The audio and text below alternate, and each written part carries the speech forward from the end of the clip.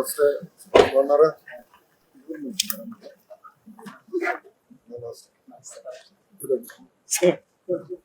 నమస్కారం సార్, బాగున్నావా? ఇక్కడ కంఫర్ట్లో నల్లగైపోయావు, పార్టీ ఎక్కువైంది, నిద్ర తక్కువైనట్టు.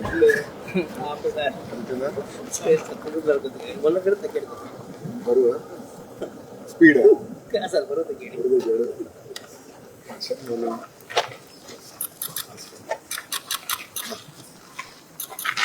నమస్తే బాగున్నారా? రా ఏ స్కూలు ఏం చదువుతున్నావురా? క్లాస్ బాగా చదువుతున్నావా? ఫేవరెట్ సబ్జెక్ట్ ఏంటి? హిందీ. ఎంతమంది రా ఇంట్లో? అక్క చెల్లెలు అన్న తమ్ముళ్ళ? ముగ్గురు అక్కలు ఉన్నారా నీకు? చాలా కలుస్తావా? బాగున్నారా? ఎక్కువ అల్లరి చేస్తాడరా? ఏం చేస్తావరా? ఇట్రా ఏంటి ఎక్కువ అల్లరి చేస్తా ఉంటావు? ఎందుకు అక్కలు బాగా నీట్ గా నేను గారభంగా చూస్తారు అందుకేనా? హెయిర్ స్టైల్ బాగుందిరా. ఎక్కడ చేయించావు?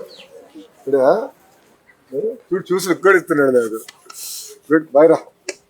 అయినా బాగున్నావమ్మా? ఏం చదువుతున్నావు? 9th class. ఎక్కడ చదువుతున్నారు? ఎట్లా దగ్గర రత్నాలచోట్లో చదువుతున్నావా? బాగున్నారా తల్లి? నమస్కారం. బాగున్నామ్మా? నమస్కారం అమ్మా. అమ్మా చేయాలి కదమ్మా, నడవాలి కదా అందరం. అంటే ఆరోగ్యం పోతుంది. లేదంటే అందరం sugar factory, salt factory, oil factory అయిపోతున్నాం. నేను ఊర్లోకి వచ్చినప్పుడేమో నర్సింగ్ ఎక్కడ లేదన్నారు, ఇప్పుడు పెద్ద పని పెట్టుకున్నాం. కొంచెం నడవాలమ్మా పొద్దున కార్యక్రమాలు చేసుకోవడానికి. బాగా చదువుతున్నావా అమ్మా? కలుస్తాను, కార్యక్రమం చేసుకుంటాను. ఉంటానమ్మా, ఉంటాను తల్లి. బాయ్ రా. కలుస్తాను సార్. తల్లి బాగున్నారా? క్షమించాలి, కొంచెం ఆలస్యం అయిందమ్మా అనుకోకుండా. బాగున్నారా తల్లి? బాగున్నారా? నమస్కారం అమ్మా. చాలా ఆనందంగా ఉంది మీరు వచ్చారండి, మిమ్మల్ని కలిసినందుకు. నాకు చాలా సంతోషంగా ఉందని. కూర్చున్నావా? దాదా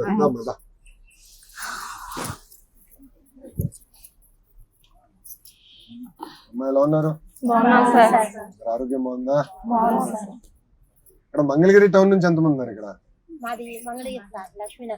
ఎంతమంది? మంగళగిరి టౌన్ పట్టణం నుంచి ఎంతమంది ఉన్నారు? చేతులు పైకెత్తండి. తిట్కో అమ్మా, ఇంద్రానగర్, ఆత్మకు, ప్రకాశ్ అమ్మా, మీదే ఆత్మకు, అదొకటి తాడేపల్లి, మహానాడు రైల్వే స్టేషన్. అవును, మొన్న వచ్చినా కదా, చాలా బాగా చేశారు రైల్వే స్టేషన్, నీట్ గా చేశారు. కాజా నడుస్తున్నారా పొద్దున్నేసి? కష్టపడి మొత్తం వాకింగ్ ట్రాక్ చేయించా కదా. పెద్దలు నడవాలి తల్లి. ఇప్పుడు ఫస్ట్ మొన్న రక్త పరీక్షలు చేపిస్తే 70% మందికి షుగరు, బీపీ, కొలెస్ట్రాల్ 3 వచ్చేసినాయి. బాగా వస్తున్నాయి అంతా చూస్తే. ఇంకా చేయాలి కదమ్మా. నిడమరు బాగుందమ్మా.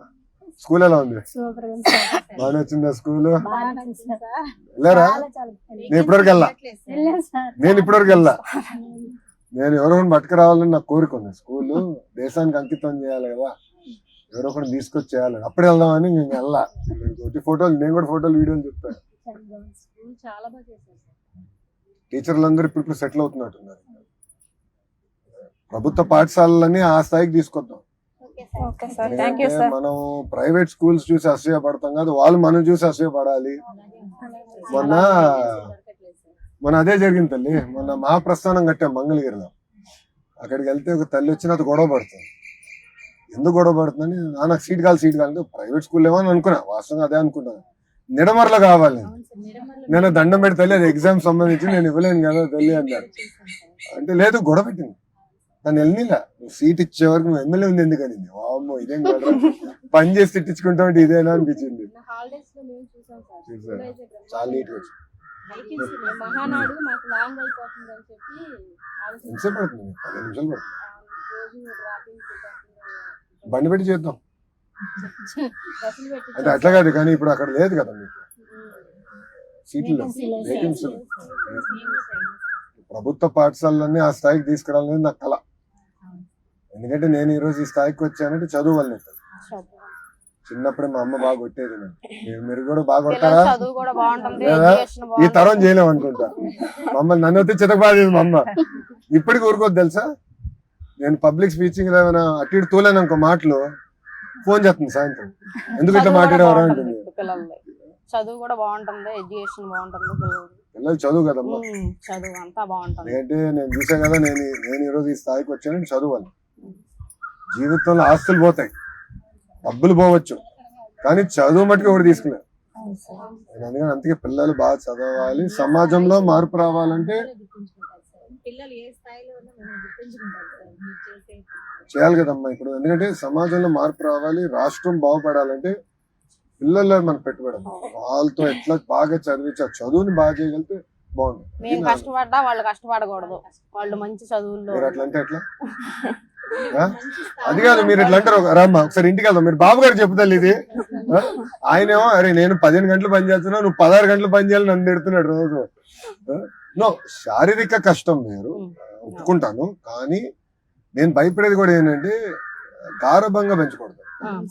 వాస్తవాలకి దగ్గర పెంచాలి. కష్టం ఏంటో తెలియాలి. తెలియాలి సార్. ఇప్పుడు మా వాడు ఉన్నాడు దేవాంశు, బ్రహ్మని ఏం చేస్తాడంటే సంక్రాంతికి సెలవులకి ఊరికి వెళ్తాం తల్లి. వెళ్ళిన 4 రోజులు ప్రతిరోజు 3 గంటలు ఫ్యాక్టరీకి వెళ్ళాలి. అంటే ఫ్యాక్టరీకి వెళ్ళి అసలు పాలంటే ఏంటి, పాలు ఇచ్చేది రైతు ఉన్నాడు, రైతు దగ్గర పాలు తీసుకొచ్చి ఫ్యాక్టరీ తీసుకొచ్చి మళ్ళీ వినియోగదారు ఉన్నారు, వీళ్ళందరూ లేకపోతే మనం ఎవరు లేమని వాళ్ళకి అర్థం అవ్వాలి కదా. సో కసిపోకూడదు, ఆ కసి ఉంటేనే సాధించవచ్చు.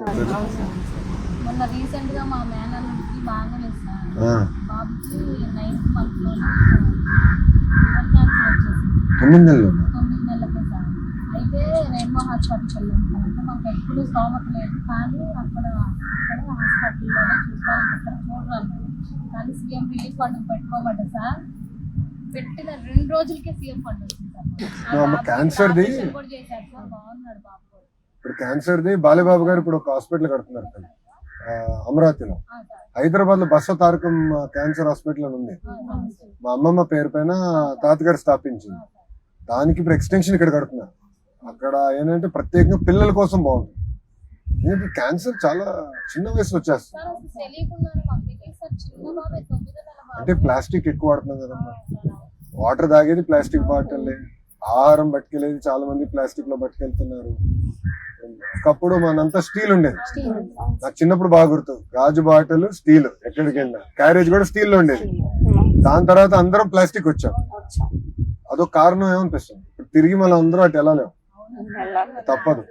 సార్ మా పాపకి చేయి కాలింది సార్ చిన్నపిల్లప్పుడు. ఆపరేషన్ చేయించాం గవర్నమెంట్ హాస్పిటల్లో. అంటే 90% వచ్చింది ఏలు, ఇంకా ఇది ఇదమ్మా, ఇది ఏలు. అంటే ఇవన్నీ ఎంతమంది చేసే పిల్లలు మీకు? 3 పిల్లలు, ముగ్గురు. ఆడపిల్లలు 3. ఎంత వయసు ఎంతమ్మా పిల్లలు? ఒకళ్ళు 10th చదువుతున్నారు, ఒకళ్ళు 9th, ఒకళ్ళు 7th. బాగా చదివించాలి, బాగా వదిలిపెట్టకూడదు. వదిలిపెట్టాలి.